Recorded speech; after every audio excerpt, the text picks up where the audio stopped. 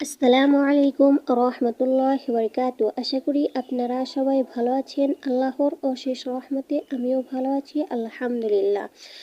আমি আজকে আপনাদের সামনে একটি গুরুত্বপূর্ণ আমল নিয়ে এসেছি। প্রিয় বন্ধুরা, আশা করি মনোযোগ সহকারে শুনবেন এবং শেষ পর্যন্ত সাথে থাকবেন এবং আমাকে এগিয়ে যাওয়ার জন্য সাহায্য ও সাপোর্ট করবেন।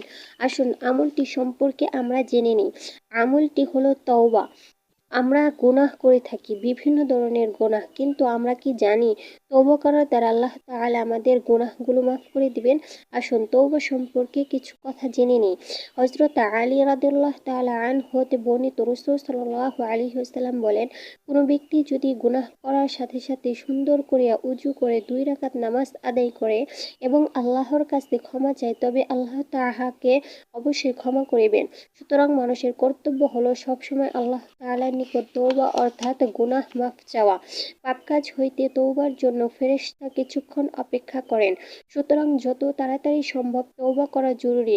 কোনো হারিয়ে যাওয়া বস্তু ফিরে পেলে মানুষ যে পরিমাণ খুশি হয়, পাপ হইতে তওবা করার পর বান্দার প্রতি আল্লাহ তাআলা এর চাইতেও অনেক বেশি খুশি হন। তওবা কতবার করব? হাদিসে শরীফে বর্ণিত আছে, হজরত নবী করিম সাল্লাল্লাহু আলাইহি ওয়াসাল্লাম দৈনিক 70 বার ইস্তেগফার করিতেন, আর এক বর্ণনা মতে 100 বার ক্ষমা চাহিতেন। আমরা প্রতিদিন সকালে ও সন্ধ্যায় 100 বার করে ইস্তেগফার করিব ইনশাআল্লাহ।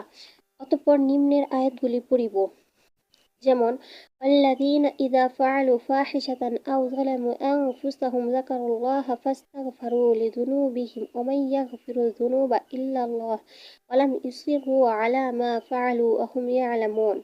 অর্থ, আর যারা যখন কোনো অশ্লীল কাজ করে অথবা তাদের নিজেদের প্রতি জুলুম করে, তাহারা আল্লাহ তাআলাকে স্মরণ করে, অতঃপর তাহারা তাহাদের পাপের জন্য ক্ষমা প্রার্থনা করে এবং বিশ্বাস রাখে আল্লাহ ব্যতীত পাপসমূহ ক্ষমা কেউ বা করিবে না, এবং তাহারা অতীতে যাহা করিয়াছে তাহা জানিয়া বুঝিয়া আর পুনরায় করে না।